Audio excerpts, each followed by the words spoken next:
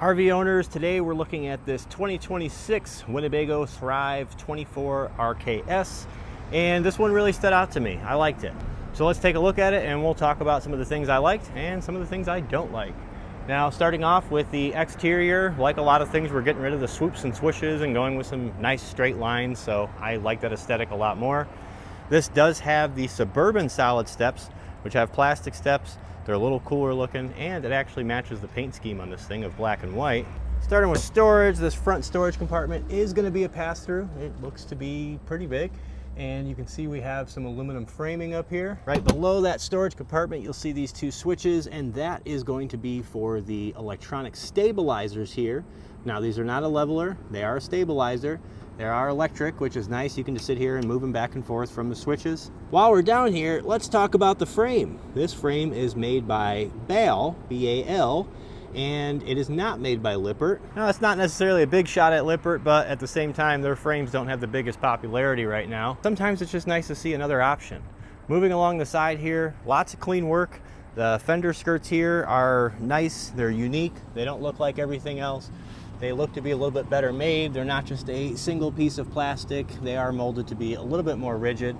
Above there, we do have a furnace that does have an access cover. In every one of my videos I mentioned, this is something you should be looking for. It makes it much easier to maintain and repair this furnace. Right next to that wheel well, we have a JBL speaker here, and we have one just to the left of it.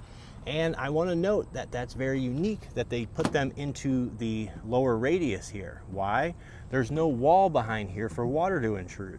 Been talking for a while about RV speakers being a perfect 6-inch hole for water intrusion, especially once the cones dry rot and water starts to make it through them. So it's nice to see this. They're paying attention to things like that and putting them in places where it won't cause any water damage. Moving away from there, we do still have a gravity fill for the fresh tank, which I love to see. Some brands have actually gone away from that to where you only have the Nautilus system, which makes it pretty hard to load water in here when you're dry camping from jugs and things like that. Coming along the back, we can see that there's still a ladder on here. That's something that has been slowly going away from the RV industry. You got to buy the ladder separate, but they're still adding the ladder. This unit is prepped for a Furrion backup camera. It takes about 5 minutes to install one when you have that prep sitting in there. Got LED tail lights, city water connection, and your short cord inlet are going to be on the back here. It is nice to see that we are using a 50 amp short cord. I believe that should be standard on everything, no matter the size. Come along the other side here, we do have a Suburban tankless water heater. And if we look at the slide room here, you'll see that we are using a through frame or rack and pinion style slide room, which is going to be your most reliable type of slide room. And I just noticed something I want to point out. I often talk about how manufacturers are too lazy to fold over the edges or corners here, so you have all these sharp, really sharp edges on the lower radius. They actually folded this over. I don't know if they've got a machine that's doing that, but I absolutely love that Winnebago. Being a parent, I pay attention to little things that my kids can cut their hands on. Sweeping along the opposite side, as you can see, there is no frills over here. You have the other side of that pass-through storage up here in the front. Now, I have no power on this unit out in the lot, but I'm pretty sure it's bright enough that we can still take a peek at the inside, so let's see what we got. Coming through door number 1 of 2 entry doors, we come right into the main bedroom here. This does appear to be about a king-size bed. You got some great storage above the bed. Not a big fan of the color scheme. Now, the pant, or whatever you want to call this, the wardrobe here that you put your clothes in, has plenty of space. And judging, yep, we are prepped for a washer and dryer in this space as well. So you could put a combo washer and dryer down here and still keep your upper space here, or you can put a stackable washer and dryer in here.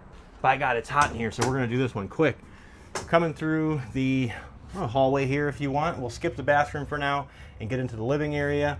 You do have a really good sized dinette, a lot bigger than what you typically find. It's almost a square size. That does fold down into an additional sleeping space. You do have a TV and some storage up here, which is right across from the theater seating, where you have some more storage above that. You do have a Furrion 12-volt refrigerator. You guys know I'm not the biggest fans of those, but they're in pretty much everything these days, so there's no point in complaining about it. I love the rear kitchen. They really found a way to make a good amount of space. Solid surface countertops with the sink like molded in it. I don't know what this is called. I'm sure there's like a special name for it, but it's like a piece of the countertop. I'm sure that won't be expensive when it breaks, but either way, I digress.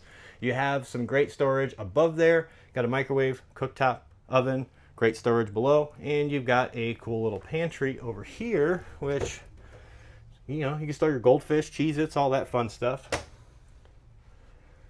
Over here next to the main door, you do have your control panels where you're going to open your slides, awnings, turn on your lights, and you have access to the controller for those JBL speakers, which is Bluetooth only, which is perfect because that's all anybody uses these days. On the note of the stereo, you do have those JBL speakers on the inside too, so you can jam out on the inside or the outside of your RV. This unit is equipped with 2 Furrion air conditioners, so for a unit this size, you should be able to stay plenty cool. As far as fit and finish, because I always like to make sure I comment on that, going through everything and seeing how it all looks. Yes, I found some minor imperfections, you know, some things not lined up, some little gaps.